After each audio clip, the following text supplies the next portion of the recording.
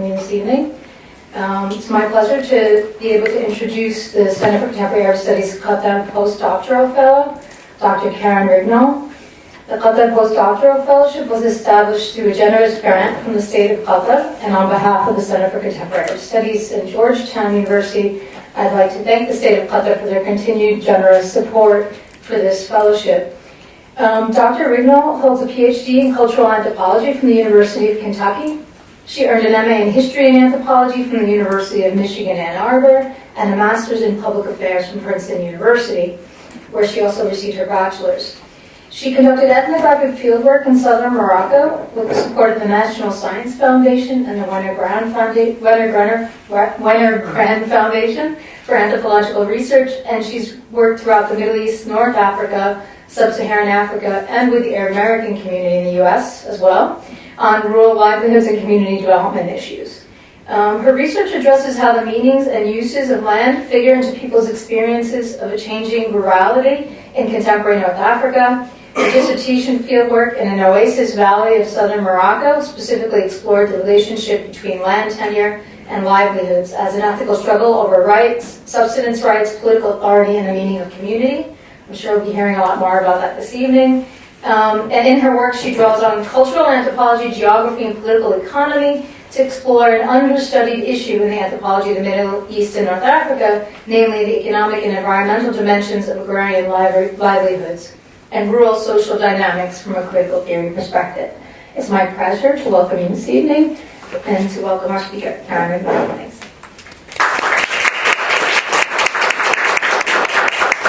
Thank you for that, and I'd also like to thank the state of Qatar for this opportunity to come to the Center for Contemporary Arab Studies. It's been a very rich year, and I also want to thank everyone here at the Center for providing such a rich environment in which to work.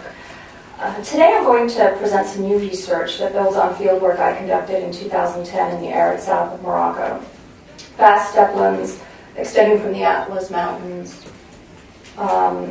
into the Saharan Desert. My interests lie in the political ecology of environmental and agrarian change in the oasis valleys and rangelands of the south. Interests that invariably bring up larger questions about sovereignty, the state, and how global processes take shape in particular ecologies and social worlds. It was these larger questions that got my attention when I heard about a new solar energy project while conducting my fieldwork in 2010. So the area that I did my work is in the rain shadow of the Atlas Mountains, meaning that it is largely pre-Saharan desert climate. In October 2010, I'm sorry, that's not incredibly clear, King Mohammed VI made an official visit to the city of Ouarzazate in the southeast of Morocco. During the visit, he formally announced the first phase of Morocco's solar plan, the construction of a government-owned solar energy plant on 3,000 hectares of formerly collectively owned land, just outside the regional capital. While the king did not visit the pre-Saharan provinces often, recent years had seen high-level activity in the regional capital around Morocco's plan to become the Mediterranean region's leading producer of solar energy. Whenever the king travels for an official ceremony, he tours the area to connect with local communities. October 2010 was no exception. Towns around Ouarzazate prepared their public spaces in anticipation of a possible pass of the king's motorcade. Outside of Khalatsanguna, a market town close by where I did my research, the imperative to prepare for the king's visit was particularly pressing. There, local officials grappled with a land occupation just outside of town. This is the area in which the land occupation occurred. Rumors of informal land deals galvanized members of this marginalized settlement who set up encampments to demand that communal lands be allocated to local families to meet their need for housing. The Qaid, the local Ministry of Interior official, quickly brokered an agreement to end the 2-week-old sit-in and divide the land. The community had timed their occupation to coincide with the royal visit, and few wanted the king to view a land protest as his motorcade passed by. These disparate events, an official ceremony, and a land occupation were linked by more than the king's visit. The proposed state-of-the-art plant in the communal lands outside of Ouarzazate for solar energy was focused on the benefits of renewable energy, but it also became part of an unfolding drama around land and sovereignty in the rural south. a drama that's rooted in conflicts over collective lands that reveal fundamental tension between the concepts of the commons and communality. And I'll get into what those concepts mean soon. Some residents from the surrounding villages of this projected solar installation resisted the sale of their collective lands, but interestingly, their resistance was not rooted in the perceived sanctity of communal ownership. As in the other land conflicts I describe, and will describe in this talk, those residents were concerned less with the land's privatization than with changes in forms of collective sovereignty. This is a subtle but important distinction that explains why some popular mobilizations around land in the Moroccan South actually agitated for privatization and saw privatization as strengthening communal forms of governance. I argue that while people were committed to communality, a moral economy notion that the community was responsible for the well-being of its members, they did not see a necessary relationship between the commons, here understood as collectively owned land, and that notion of communality. The land conflicts I witnessed represented a search for new modes of communality that challenged the shifting terms of sovereignty over the last century in Morocco. This provides an alternative account of social mobilization at a time when analyses of the Arab uprisings focus on urban political claims, rarely considering how the complex dynamics surrounding resource access and governance in rural areas either inform these larger mobilizations or adopt their own forms of political expression. And this case also sheds light on the contemporary role of the commons and its converse, the private, at a time when many social theorists turn to the commons as a possible point of resistance to neoliberal logics. And here I turn to the Oxford English Dictionaries. For those of you who are not familiar with this genealogy of the term, the OED is, wrong direction, sorry. The OED is pretty heavy on the English genealogy. Here it's a common land or estate, the undivided land belonging to members of a local community as a whole. The term has a long and heady presence in English history, most famously through the parliamentary acts of enclosure that literally enclosed the lands held in common, transforming them into private property and becoming one of the central narratives of capitalist transformation. But the commons also refers to diverse forms of property ownership and resource governance present around the world. The way social scientists, at least in sort of environmental studies, tend to use the term is to refer to a resource held in common by many individuals, which can mean everything from a plot of land to a work of literature to the atmosphere. In my research, I look at marginalized groups' efforts to privatize communal lands, a sort of popular enclosure, to challenge easy associations of the commons as inherently egalitarian or liberatory, and the private as a site of neoliberal exclusion. So my reading in general with the current scholarly interest in the commons is that a sort of nostalgia tends to equate the commons with communality without adequately considering people's own creativity and using different forms of ownership and political action. David Harvey points to this when he says that this, quote, whole issue has been clouded over by a gut reaction, either for or against enclosure, typically laced with heavy doses of nostalgia for a once upon a time supposedly moral economy of common action. So in the subsequent remarks, I hope to unpack what he means by this. My discussion today is both new research and a culmination of a year of fieldwork. My fieldwork was not about the solar energy project, which wasn't even formally announced until the final months of my research in 2010. I heard about it on the periphery of interviews I was conducting on people's changing relationships to the land. In those interviews, people discussed the power plant as just one of the many forces changing the way land figures into their livelihoods and political subjectivities.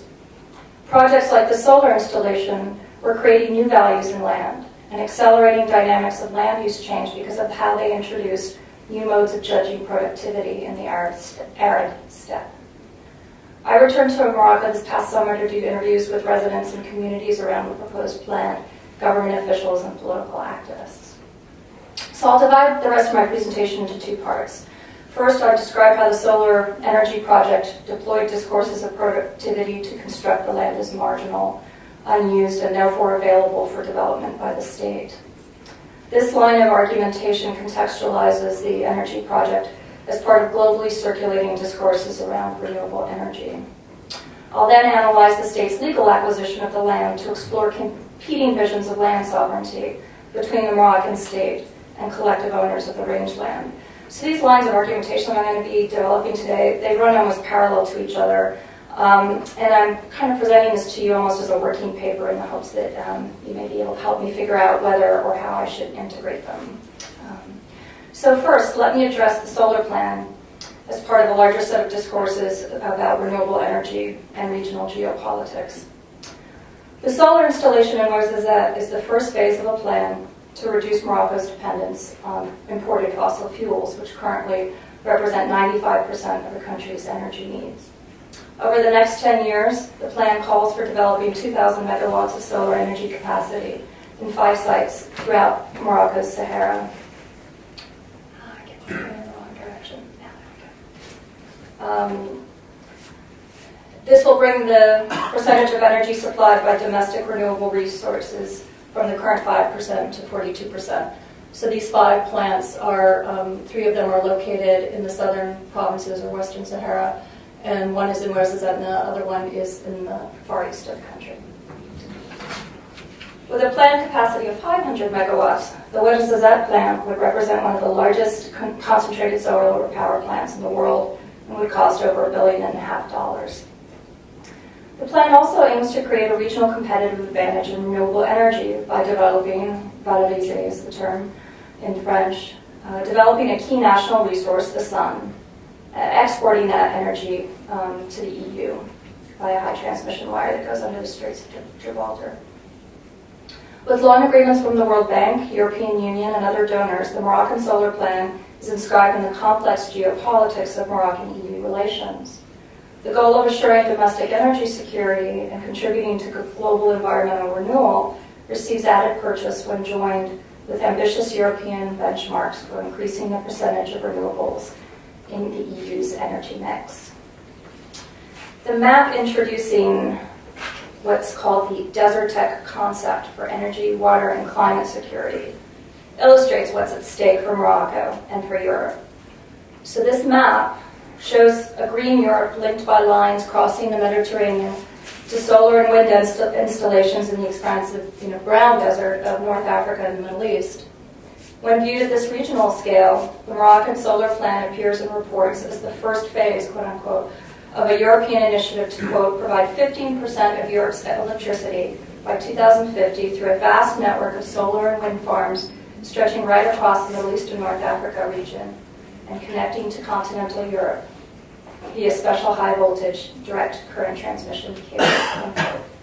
Spearheading this effort, the Desertec Industrial Initiative, as it's called, is a public-private consortium formed to help Europe meet its renewable energy goals. Desertec is one of a complex network of private and public entities creating a new regional commodity chain, whereby the MENA region supplies a Europe keen to reduce carbon emissions with the energy necessary to meet Europe's growth needs. In this formulation, the Middle East and North Africa become part of EUMENA, EU and MENA region, the Mediterranean riparian region of Europe, the Middle East, and North Africa, governed collectively on principles of energy integration. For contrast here with discourses around immigration policies. Notable. Through the solar plan, Morocco leverages its strategic position, as one report says, at the heart of an energy crossroads in the Mediterranean basin and supports its broader goals of economic rapprochement with the EU. I think this is a really nice kind of parallel here with some of the discussions that happened at the symposium that some of you may have attended on sort of reimagining Mediterranean history and Mediterranean imaginaries. The symposium here at Georgetown at the center a couple weeks ago was looking at sort of historical images of what constitutes the Mediterranean, and this is a really interesting kind of future vision of what that may involve. The solar plan is widely lauded as a solution to both Morocco and Europe's energy dilemmas. Solar power appears clean in all senses of the term, literally in terms of its emissions, and metaphorically in terms of the shiny cells that sit on the empty desert land, with few of the geopolitical complexities associated with fossil fuels. Now, my objective here is not to assess the relative merits of the solar plan as a way to pursue alternative energies. I think we can all agree that's a laudable goal. But rather, I'm interested in whether or how this initiative participates in what political ecologists term the economy of repair, the creation of commodity chains based on novel forms of appropriating nature and premised on the notion that, quote, unsustainable use here can be repaired by sustainable practices there, with one nature subordinated to the other. And that's from Fairhead and Leach, two well-known political ecologists. Some have called these novel appropriations green grabbing, a wave of resource appropriation for environmental ends. This includes everything from palm oil plantations for biofuel to purchases of millions of hectares of farmland in sub-Saharan Africa to assure food security in land or water scarce countries like Saudi Arabia. But in fact, it's actually mainly some Asian countries and private equity in the U.S. that's buying up many of these lands. Debates about what these large-scale land acquisitions mean address what the drive to increase productivity justifies and the ability of local groups to uphold their rights in land. But the phenomenon of large-scale acquisitions also raises older questions about state sovereignty, how territories are rendered legible to state and multilateral forms of governance, and the ways resources and people are drawn into overlapping systems of governance. In southern Morocco, the ways official documents discursively construct the emptiness of the land are central to initial conceptions of the solar energy project.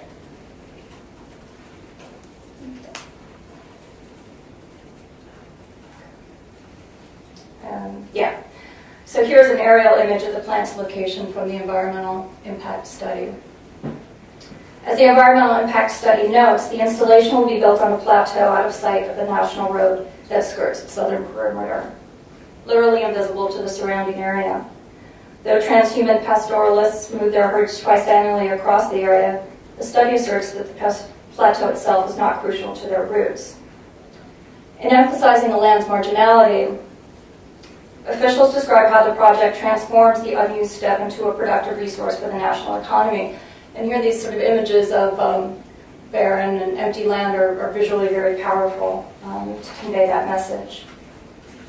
This imperative to make Morocco's marginal lands productive has a long history, and it links up with emergent international discourses that commodify marginality through mapping, ecosystem services, and other interventions that I can discuss further in the question and answer.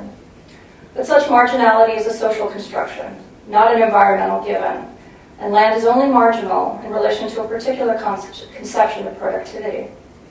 In her definitive environmental history, Diana Davis details the French colonial origins of degradation narratives that use literary sources as evidence that Arab pastoralists had degraded Morocco's vast rangelands.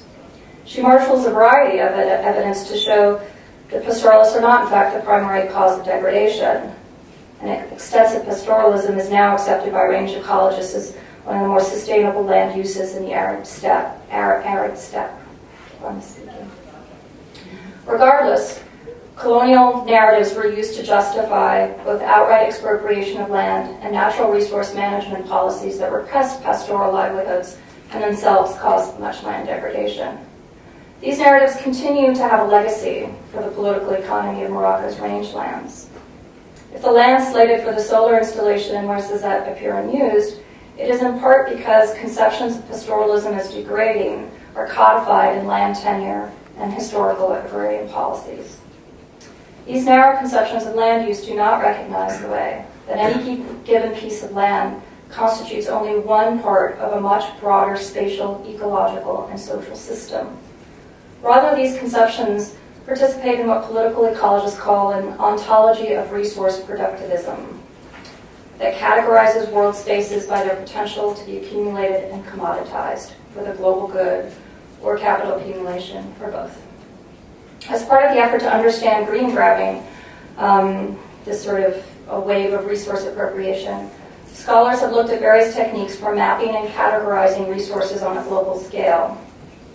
From multilateral agencies like the World Bank to global assessments of agricultural potential, these efforts are literally assessing the possibility of finding economic value in new kinds of resource settings, from the most marginal to the most fertile, from vast rangelands to genetic material.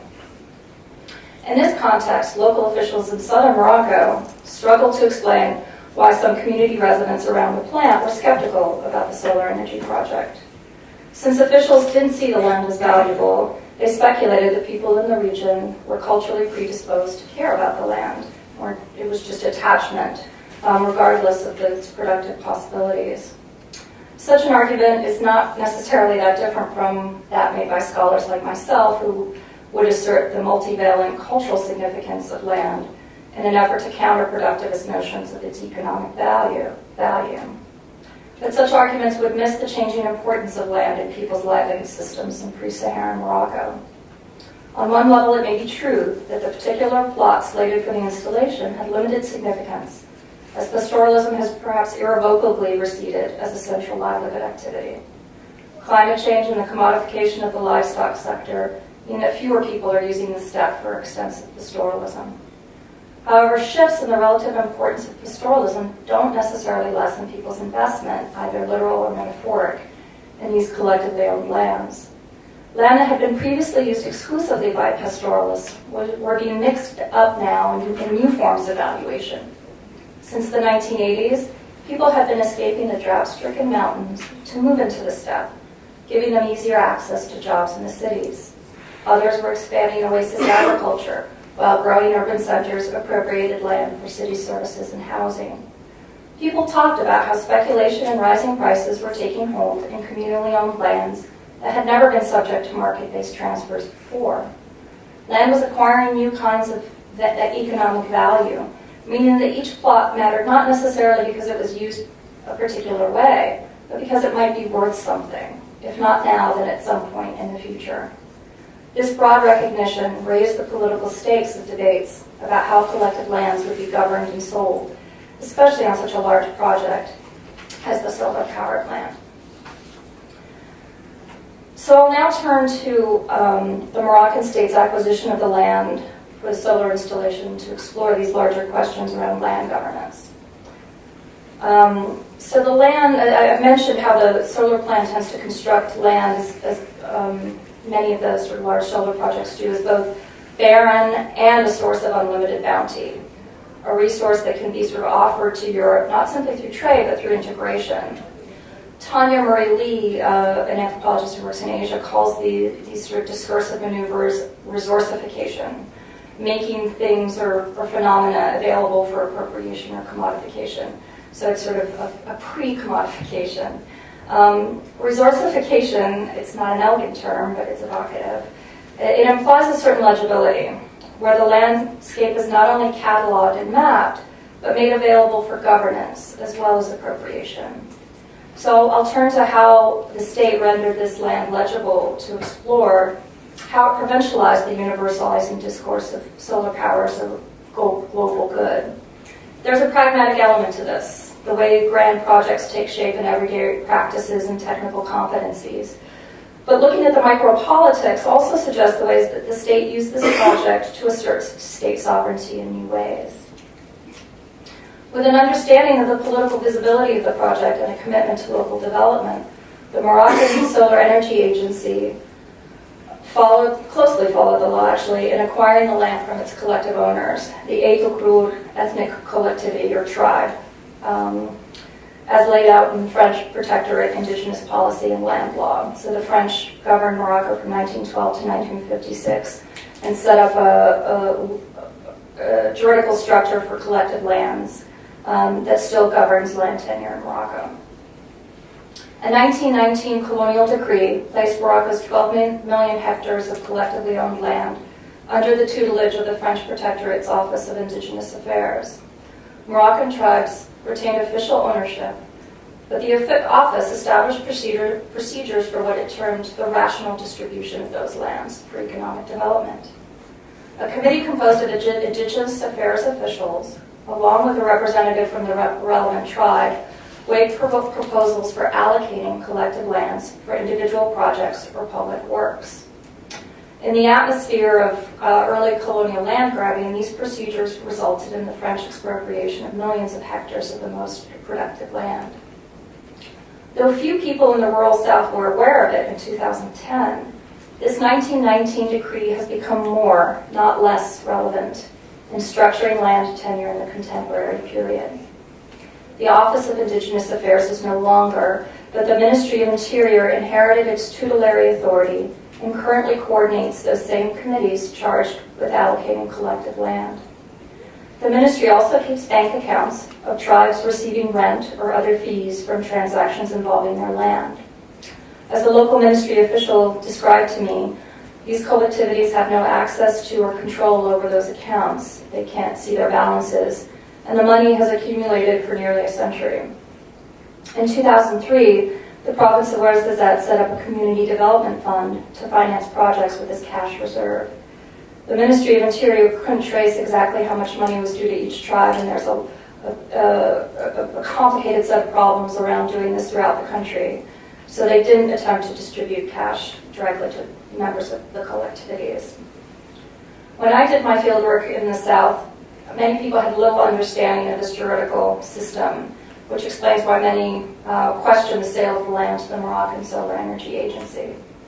For one thing, the land representative of Enclosures, who's responsible for approving the land sale, is not required to consult with community members before the sale. They first heard of the project with the King's formal announcement in October 2010, after the sale had been concluded. This is the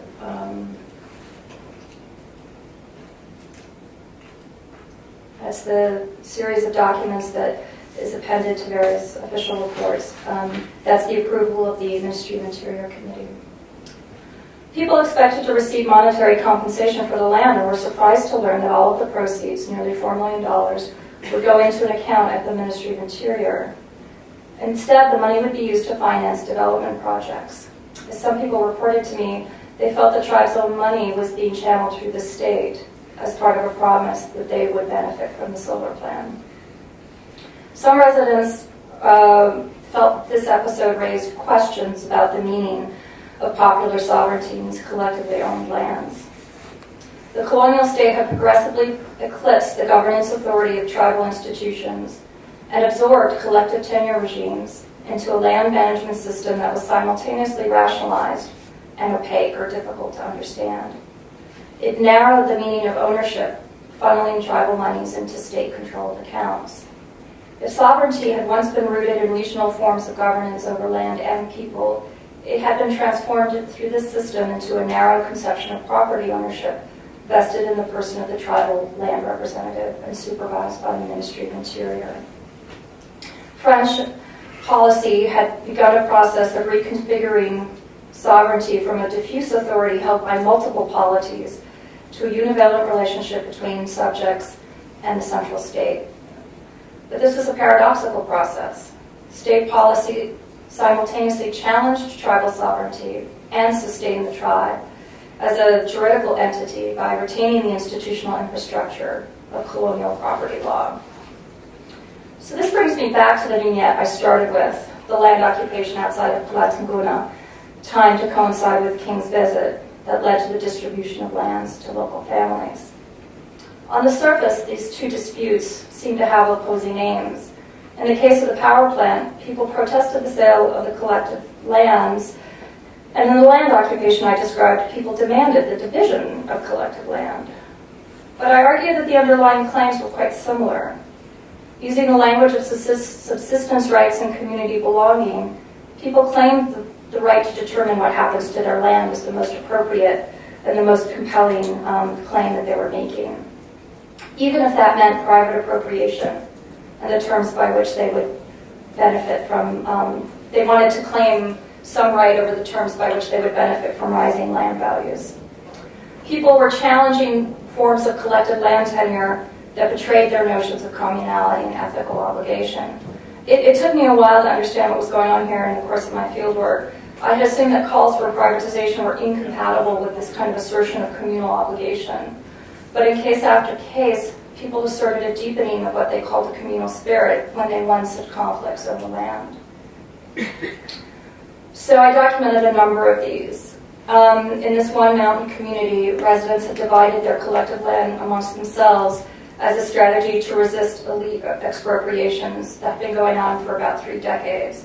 They were proud to finally be able to say no more to these land grabs, and I can talk about the specific dynamics around them. The way land divisions or land conflicts tended to happen is that households would divide the land, and you would build an adobe wall around the perimeter and plant trees, and that's what establishes a durable claim. In another community, not seen here, but this is a site of a very heated land occupation. People occupied their own tribe's collective land to protest a concession to an agricultural investor. So conflicts here, occupations, mobilizations, were not violent clashes between warring people. They were very quiet, kind of inscribed on the landscape. You can tell that this is a land conflict because there are cairns, these sort of piles that were methodically marking off different plots that families had taken, and the piles of clay that were going to be used to build the adobe walls. So you see these kinds of inscriptions all over the landscape in the south. So there were many of these cases. Do we only understand them as a move of desperation, a desperate counter to encroaching neoliberalism in the periphery? That would tend to be sort of, my initial impression. But I believe it's important to take people's political claims seriously and their sense of collective energy in pursuing their claims. It's difficult for me to accept that they acted only out of a defensive desperation. People used a diverse set of tools and discourses to contest eroding sovereignty, but one thing they did not do was romantically evoke a pre-colonial past when collective governance was pure and the commons untainted by state interference. I can discuss in greater depth during our discussion, but let me just state here that collective tenure regimes were historically marked by trenchant inequalities, some of them based on racial difference. So many people were unsentimental about challenges to those historical collective regimes. Participants in the land occupations did not see the partial enclosure of collective lands as signaling the death of community or the dissolution of collective tenure. To the contrary, they described the mobilizations as a way to provide basic subsistence to the most vulnerable and reinvigorating the communal as a basis for identity and action. In calling for these popular enclosures, they were challenging what they perceived as elite-led enclosures, large agricultural concessions, or even in this case, the sale of land for a solar power plant. Land claims in the steppe therefore undergirded ethical claims that belied a straightforward interpretation of privatized land tenure as the atomization of communal life. I believe that this conclusion has broader implications for the way that many theorists today are thinking about the commons. So Hart and Negri, for instance, who thought a lot about empire, turned to an expansive notion of the commons as a basis for resisting what they term empire's republic of property, the exclusionary logic of enclosure and private appropriation central to capitalism. They distinguish cultural commons from what they term natural commons, based in land or other natural resource. Because the cultural commons is not subject to the same logic of scarcity, so everyone, for instance, can listen to a song without that song being consumed, whereas natural resources would theoretically be subject to such a logic of scarcity. My research in Morocco raises 2 questions for me regarding this formulation of the commons. First is the division between a natural and artificial commons based on a logic of scarcity. So political ecologists and science and technology scholars have critiqued the distinction between nature and society by theorizing non-human agency, exploring how scarcity is socially produced, among other lines of inquiry. So the commons I encountered here in Morocco were not simply natural resources governed by culturally determined rules, but cultural constructions by their very core. Secondly, I want to highlight the fact that commons of any variety never exist in a pure form. Like any cultural form commons are always contested, always have an element of exclusion. And this is true of cultural commons. Access to knowledge, for instance, or cultural production is rife with barriers of all sorts. And it's true for collective lands in southern Morocco. So understanding the role of exclusion in even the most seemingly egalitarian commons allows for a more nuanced sense of the diverse political arrangements that could serve a liberatory project based on the idea of the commons. So the sort of utopianism in Hart and Negri's conception of the commons seems to only be able to interpret these mobilizations for privatization as a sort of debasement, a sort of denigration of the commons. But I found a different scenario. People in Morocco felt comfortable, people in these land conflicts felt comfortable challenging collective governance because they were not invested in the commons as a form of ownership that expressed an abstract liberatory potential, but rather in the concrete ways that they could preserve or forge a sense of an ethical communality. Some of these ways involved collective governance and others private ownership. The lesson for me is that we should focus less on the commons as an abstract and more on communality, in other words, the diverse social and institutional forms that can support a given community sense of ethical obligation. To conclude, I want to offer just a few more details about how people's skepticism about the solar plant played out. So after the communities of Enclosures learned about the sale of their land in late 2010, they began to articulate some resistance. They were concerned about whether the project would generate the kinds of jobs and other benefits they were hoping for. They wondered why, as one man phrased it, we can help the whole world with clean energy, but we can't do more to build factories here. Unquote. Local ministries and elected officials received a steady stream of visitors and began developing a social support program that would accompany the construction of the plant. The resulting development program amounted to about $6 million. I'm sorry, I gotta convert from DRM here. About $2 million of that from the government directly, and the rest, $4 million, coming from the proceeds of the sale. So people felt like the proceeds of the sale were then being folded into a social development project, and they wanted to access that money themselves. By the summer of 2012, technical studies were underway for the social programs, though the plant construction itself is delayed because the European economic crisis is drying up funds for things like solar power plants. But the Moroccan government is committed to this project, and it is moving forward. As I wrote up this research in the fall of 2012, people around the region were embarking on a new kind of land protest, beyond what I had witnessed during my research in 2010. They were demonstrating and closing down mines, there are cobalt and silver mines in the area, to demand a more equitable or redistribution of mine revenues and greater environmental protections. When I asked people how they saw these various land mobilizations, from the ones I saw in 2010 to the solar energy project to now the mines, how these land mobilizations were related, they emphasized the centrality of land as an idiom for making broader political claims, even if those claims were still being worked out in some cases. I didn't make the connection between solar energy and the mine mobilizations. People in Ouarzazate did. So one local official tried to contextualize the resistance against the solar project by noting how it's not like Boazar here. And Boazar is the site of the most sustained confrontations between communities and I believe it's a cobalt mine. It's like, have you seen Boazar? It's a mess there. But we would handle the process here. So this installation was not a mess in the same way, but it did become enmeshed in struggles over land that struck at the heart of people's subject relations to the state and to forms of governance that were increasingly strained by the transformations of the last century. It's hard to predict where these mobilizations will lead, but they offer interesting insights about the diverse modalities for political expression in marginalized rural areas around the world.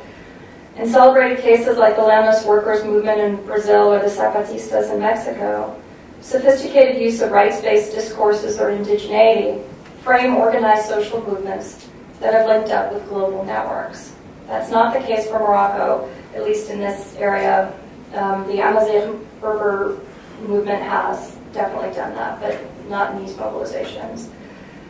In this context, mobilization does not need to be rooted in a social movement tradition to constitute a viable alternative social project, to use Elizabeth Povinelli's term. What defines the success of that project for the people I spoke with is rooted in their own sense of what it means to be part of an ethical community and their conviction that such a communal spirit can be forged through a range of institutional and social arrangements. Thank you.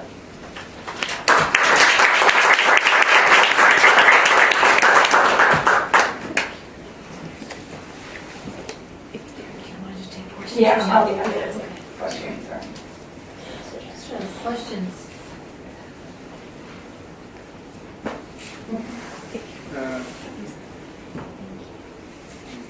I'm Belkia. I'm Moroccan. I've lived in the States for about 30 years, and I find this an extremely fascinating topic.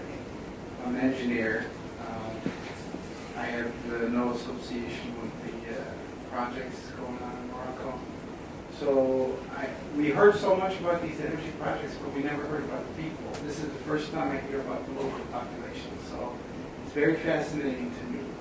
I guess the question is there any relationship between what's going on and also your research and the contestants here? In the broadest sense, perhaps. So if you, I'm going to see if I can be diplomatic about this, because it's a very very emotional issue for many people. So 3 of these are in the, as I've mentioned before, are in that sort of contested area.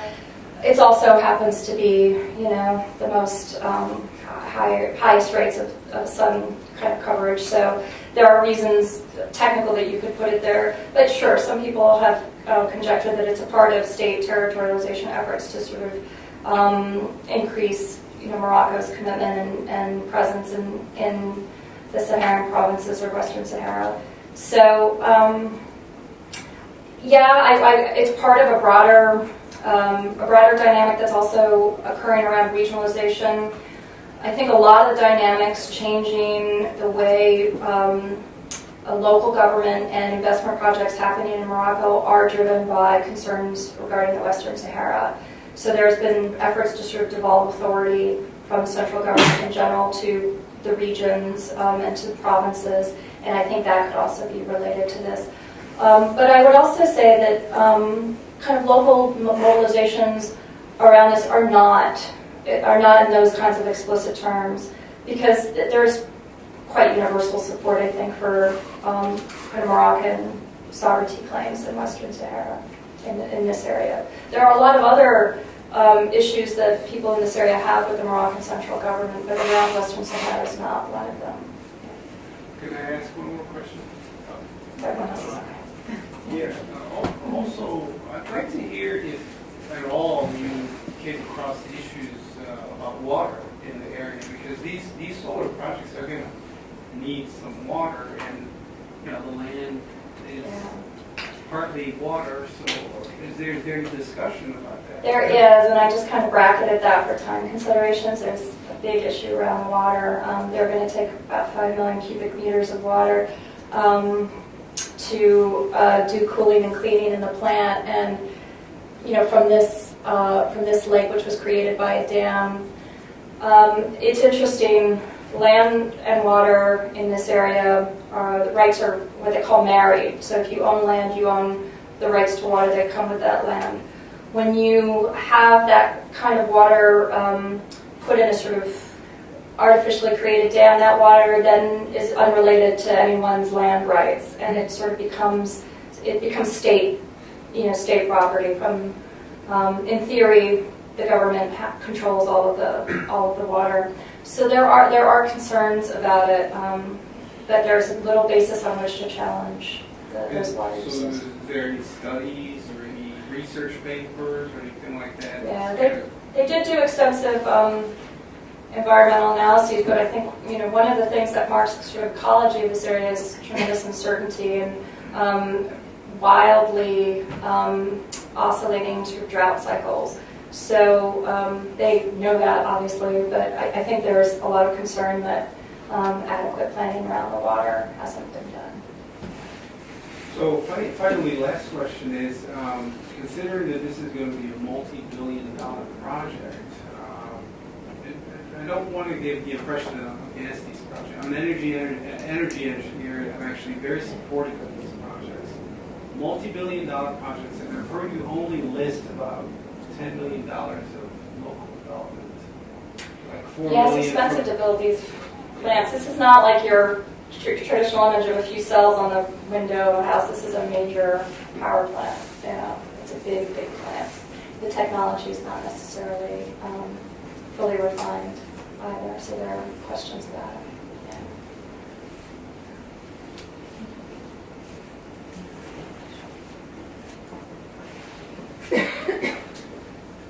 Thank you so much, Karen. This will be a different level of question, I think, somewhat abstract, but hopefully it will be productive. In some sense, you give us here a really classic tale of neoliberalism, or at least in recent sort of revisionist views of neoliberalism, in which it's not merely a matter of the exclusion or reduction of the state and state practice and governance, but rather the reformulation of it. And so to think of state practice and neoliberalism as somehow separate is wrong-headed.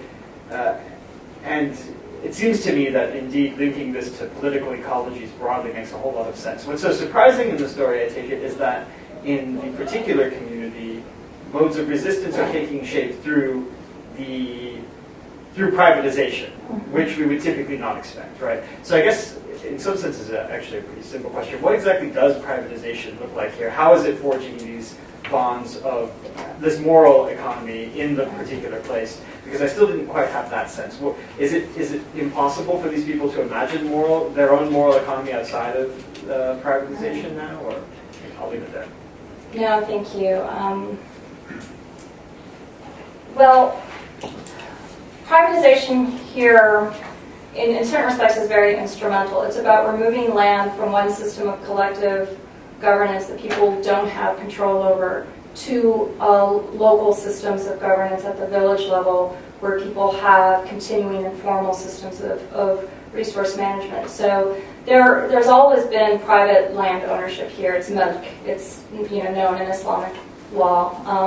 And you can exchange land, and it's always been present. So it becomes milk in many respects, but then it's subject to other forms of kind of communal constraints. You can't actually sell it to people outside the community. I mean, you perhaps could, but you would be subject to pretty strict opprobrium. So even though land is sort of privately held and people could exchange it and sell it and certainly pass it on, it becomes part of very locally based systems of governance that are really communal in orientation. So what you can do with that land is pretty well circumscribed. So people are resisting a sort of abstract sense of communal land ownership that has little relevance for them anymore because of changing sort of livelihoods and land use practices and the sort of colonial infrastructure of property law that basically appropriated collective land ownership. So privatization here is not necessarily in a clear sense as by sort of neoliberal sort of tenure reform proposals, but people do have a sense of now our rights in land are clear and transparent, and we know our collective obligations to each other, and we know who owns what, and we protect it from sort of outside incursions. So that's how, I don't know if that answers your question. Yeah. Actually, I had a very similar question, but maybe I could teach it a little bit farther. Oh, sorry. Yeah. Very similar question. So I was wondering if it's a very fascinating argument and sort of turns the whole idea of the commons, which as a historian I was kind of attached to, turns it on its head. So maybe I don't thank you for that, but it's good. I like the commons too. Yeah. Oh well. But I was wondering, in the process of privatization, I understand the argument, and it's a very interesting one and compelling one about the ways in which it, what is the phrasing you used, it allows for actually more commonality, strangely enough, to have this move towards privatization. But beyond the kinds of things you just mentioned, that there's more local control, and the land seems to be more subject to local kind of constraints placed by the local community, were there other more active sort of assertions of a more perhaps egalitarian commonality? In other words, who got this land? Who got control of this land? Was there attention paid to some kind of egalitarian distribution of the land in the process, or were these really extraneous considerations? Well, the relationship to sort of egalitarianism is complicated. A notion of kind of communal reciprocity or communal obligation doesn't necessarily come with a sense of egalitarianism. And that's not necessarily what people expect in these kinds of relations. So in one respect, it was an attempt to move towards greater equality in certain respects, but people didn't phrase it as such. They phrased it more in the sense of social reciprocity and communal obligation. But there were elements of it that were, very clearly addressed as sort of transparency and egalitarianism. So the head of every household would get an allocation in most of these. Now there are obvious issues with that because of how households are defined, but even female-headed households would normally get an allocation. So there was that sort of gesture towards transparency, but this was not couched in the language of equality, it was couched in the language of community, and communities are not expected to be equal. And there's an anthropologist, Jane Gyers, who works on this in the West African context. People use sort of asymmetries productively. Those are not necessarily contradictory with an idea of sort of communal obligation at all. It becomes a site of negotiation, and it becomes a site of creating new possibilities with commensurability, but that's not the same thing as pushing for equality. And so, no, this was not an egalitarian ethic per se, but it was about removing some of the really rigid racial hierarchies that were present here before. This is not something I talked about a lot at all, really. But this was an area that basically had an indentured sharecropping system where sort of racially black communities were indentured over hundreds of years, and that's only broken apart in the last 50 years or so. So part of these efforts were an attempt to sort of break the hold of those kinds of racial hierarchies, but not necessarily in the name of equality. Yeah.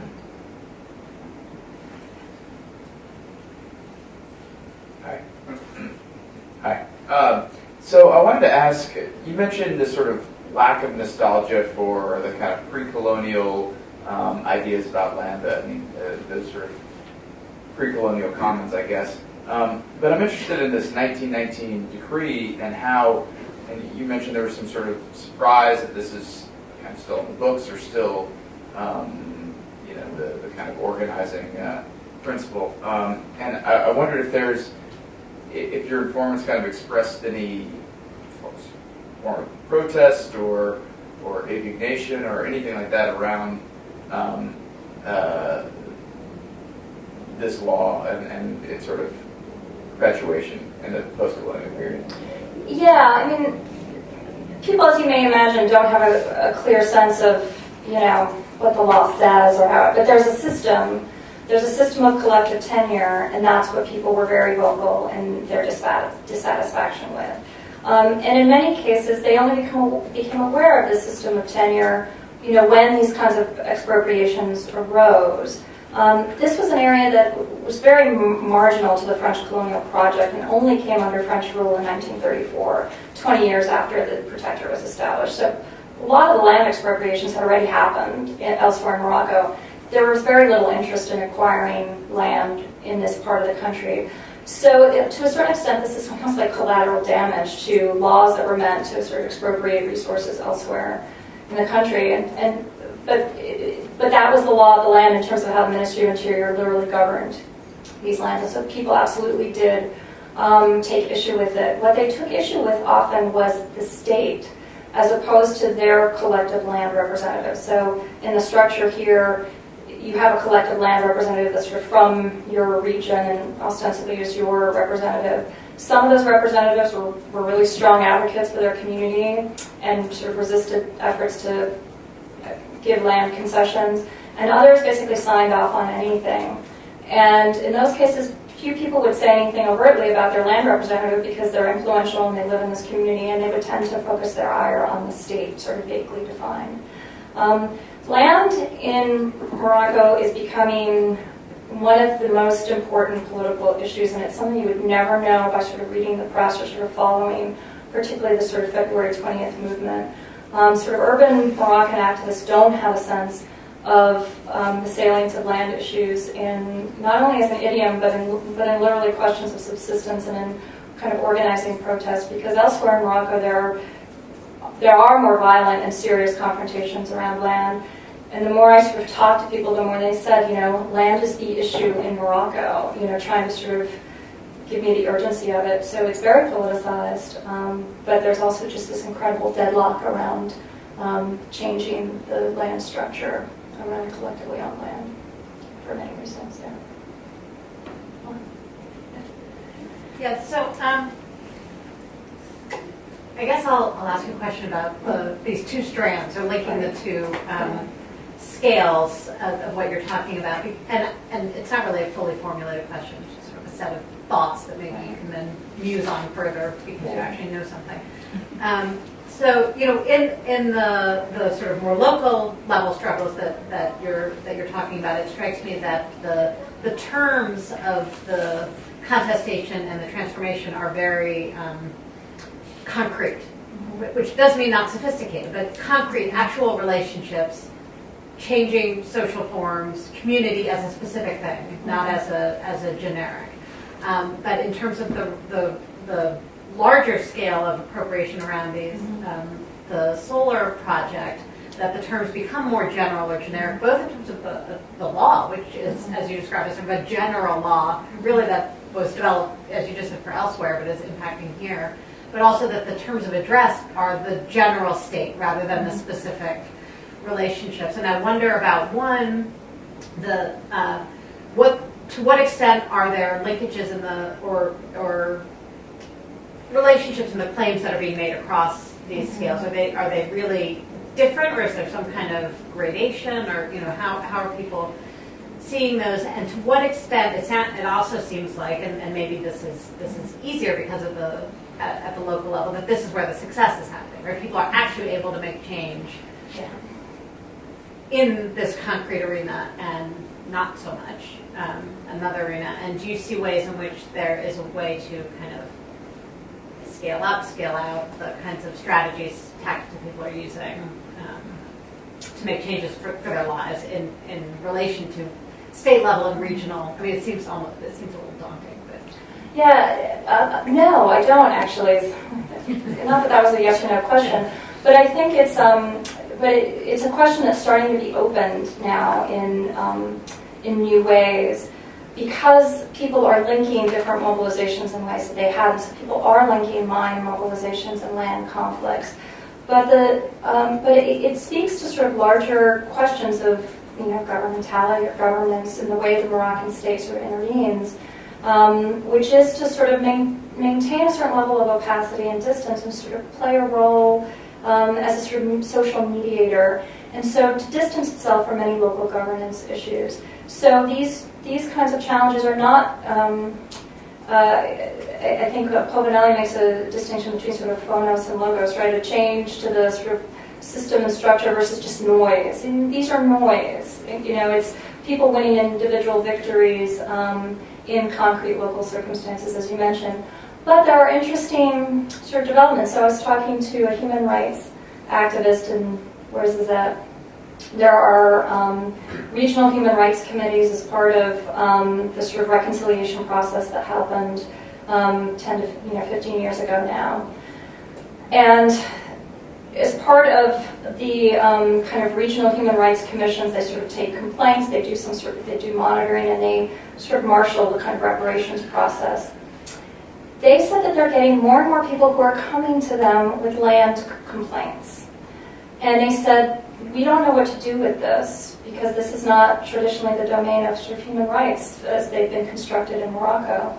But there are more and more and more of them, and they don't tend to phrase it as a human rights complaint, but this is one of the venues in which they feel like they can go to. And so now the human rights community, not in Rabat, not in the urban areas, but human rights activists in rural Morocco are being forced to sort of think about, well, how might this speak to larger claims and larger discourses? And so they're starting to hold workshops, and they're starting to sort of engage in discussions. And what was interesting to me is that they're not trying to impose a sort of human rights frame around it, but they're starting to see that these claims need to be articulated, and we can provide some sort of guidance or framing for it. So there are interesting moves afoot.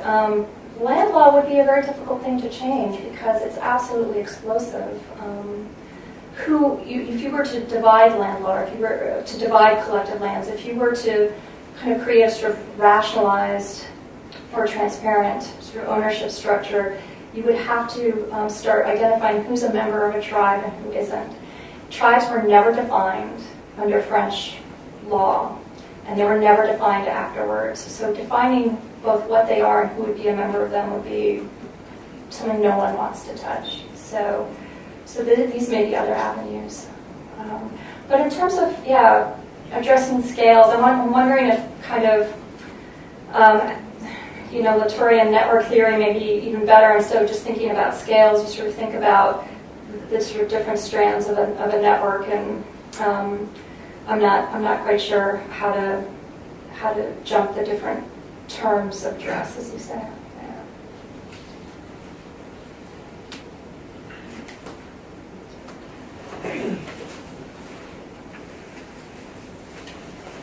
Thanks. Thank you, Karen. I had one question kind of following up on that, which was related to this larger question I was thinking about. So when they're making human rights claims to these committees, who are they making claims to? Is it the state that they're trying to get their rights from, or are they making claims against like members of their own community who they see as it can vary? Yeah, it can be both. It can be often local communities also making a claim against the larger tribal confederation. Okay. So occupying land that theoretically belongs to the whole tribe, the sort of whole tribe doesn't really have a whole lot of resonance for people.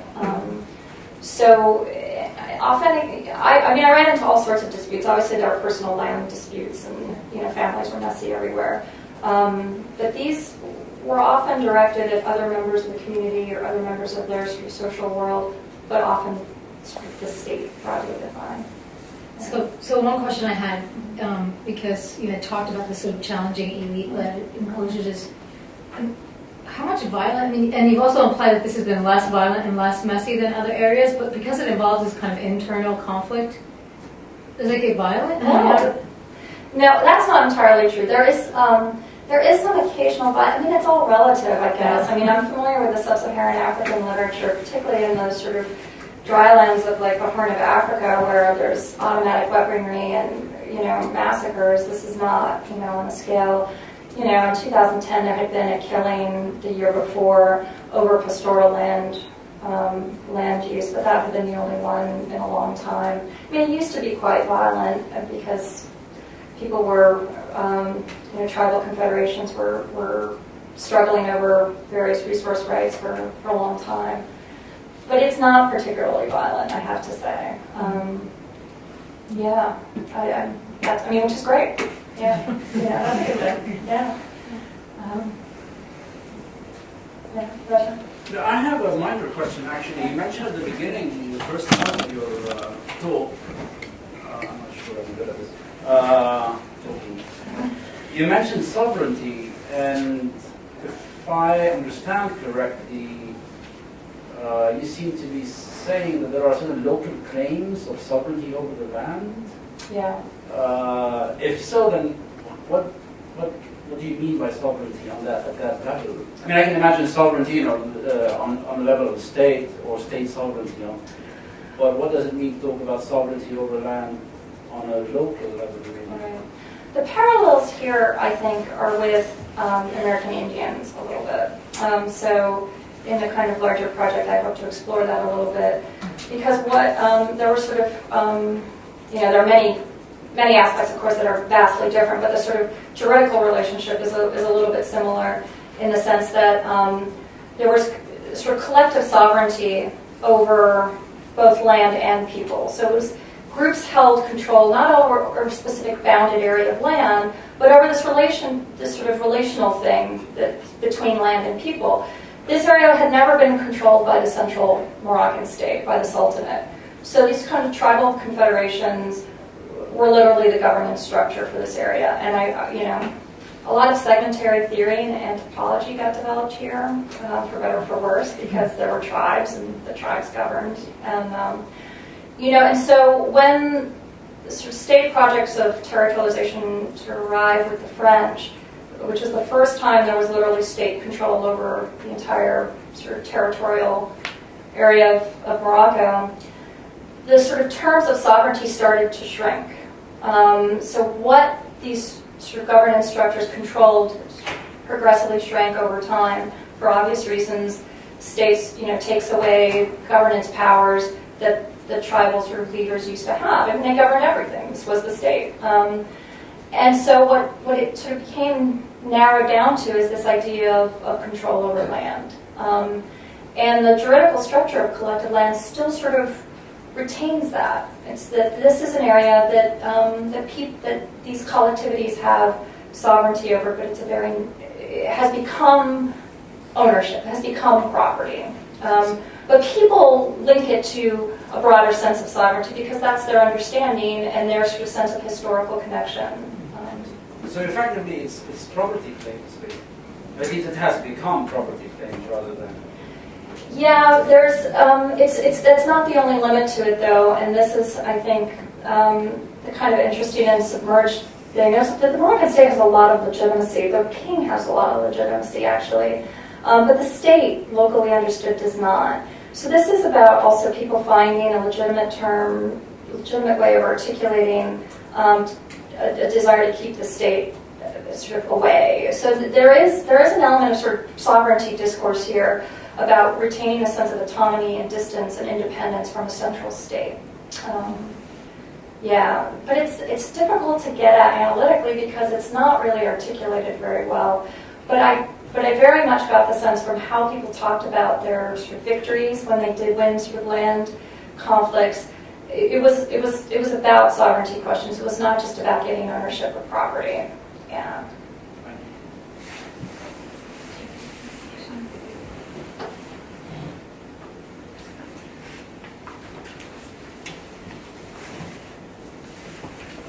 I have a question. What's the timeline of these projects? Like, how long do they expect for these solar plants to be operational? I think they're revising that as we speak. I mean, I think it was the goal to have this all be up and running by 2020, so the 5 plants. But it's going slower, and the original objective had been to have this first one up and running in 5 years, but already sort of funding is sort of slower. I would hesitate to say that this is just going to be a casualty of the European economic crisis, though, because the king is very personally involved in it and very committed to it. And I think that the government is making a really strategic bet on the direction that Europe is going to take in the future, and they want to be ahead and want to be well placed to sort of be that kind of energy partner. So I suspect that even more things to sort of slow down, almost to a halt, the government will sort of keep it going and keep it alive. But yeah, it's a big project. Yeah, I wonder what the risk would be, because right now everyone's kind of predicting this LNG boom, and that natural gas is going to be used more and more for electricity generation. The prices are going to come down, and I wonder if that kind of development would just destroy the economics of this kind of a project and just make it a giant sort of money pit for government. Well, part of the European, so there are some European advocacy groups that have come out as critical of this project, not for land issues or anything else, but about the economics, saying that this hasn't been thought through and that this is a boondoggle, basically. I don't think the economics are sort of strictly worked out, or whether they could be. I don't really know about energy sector sort of economics. But this has been really pushed by the Germans, and I think there's this sense that the Germans are going to stick with this because of a long-term commitment to sort of renewable energy, regardless of the economics. So they'll work the economics until they're feasible. But there's a sense of, well, this is going to have to be the way it goes, regardless of the way natural gas may sort of intervene in the future, because the Germans are really behind it, much more so than the French. And I think there's discussion that sort of the Spaniards are doing the wind, the Germans are doing solar, and the French are getting the high-speed rail project.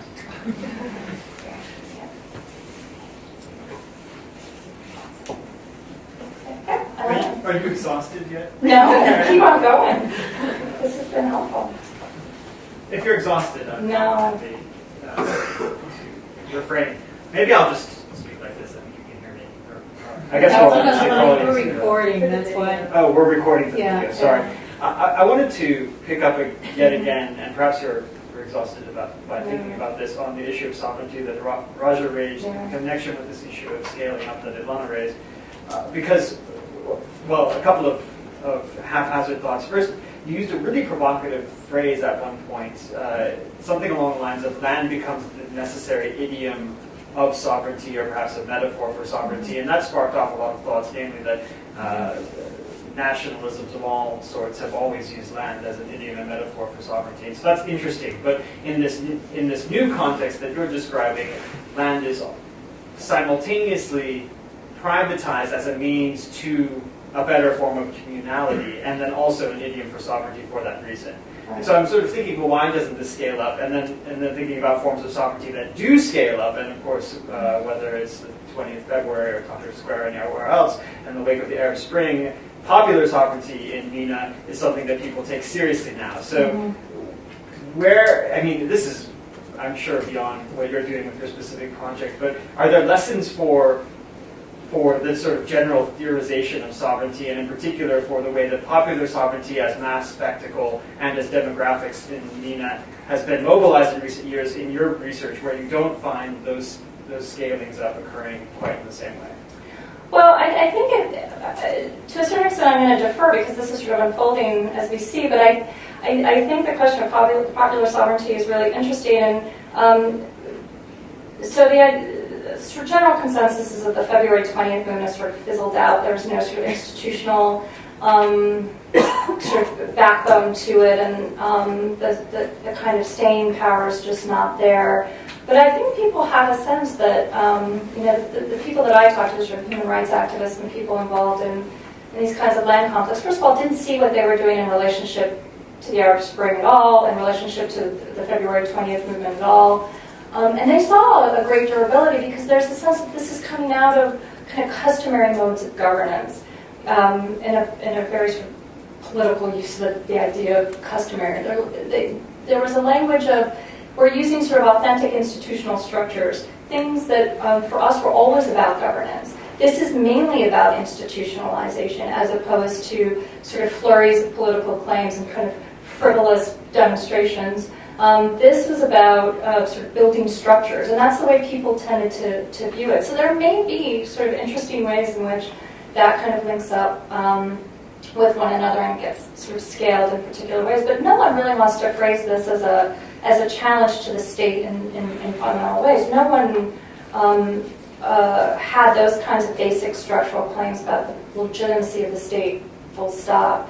But they did see it as sort of relying on their notions of kind of institutions and sort of communal structures, as opposed to the sort of flash in the pan kind of urban demonstrations. So there may be possibilities there in kind of thinking through popular sovereignty. This is why I'd like to see Middle East studies in general sort of think a little bit more about rural political mobilization and rural political structures, because I think there's a lot here that is not theorized.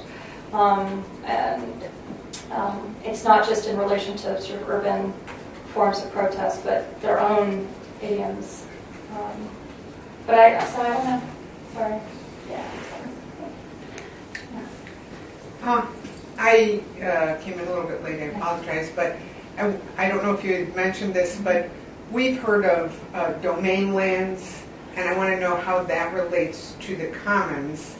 And then, in addition to that, the idea of titling these lands, does that play into, it seems like the bureaucracy of the Moroccan government in regards to titling lands and actually designating ownership is almost a kind of tool. Yeah, although, so the titling question, you can't get title to land in this area. So there, like many places, there are sort of many overlapping layers of land tenure law. Collectively owned lands that have been delimited is the term, that have been sort of surveyed and the borders outlined, are then only collected lands, and you cannot get individual title in those lands, even though there's private property all over the place. So there literally is no possibility of titling here. People enjoy very strong tenure security, so it plays kind of interestingly on debates in sort of rural tenure policy about the relationship between tenure security and land titling and people's agricultural investments. That's been a huge debate in agrarian studies for a long time. But here, there's just simply not the possibility of doing that. In other places, you can turn collected lands into private property over time. So here, when people privatize, they can't get title, but it's still theirs, and no one would challenge that. There is a sort of eminent domain in Morocco, but it is in sort of uneasy relationship to this sort of collective ownership structure. So the state can kind of claim land for, say, building a road or a police station, but still has to buy that land and sort of theoretically get approval through this sort of structure that I mentioned. I don't know if you were here for that, but and so it's not sort of eminent domain in the same way as is practiced in, say, French Civil Code or the American one. And I think it's the sense that they're having a very difficult time reconciling these different codes that makes. There are a lot of commissions. There's a lot of study about what needs to happen with land law in Morocco, but it doesn't really change because it's basically too complicated, and it's like the system works enough, I guess. So, yeah. Thank you, Karen. Thank you. Thanks.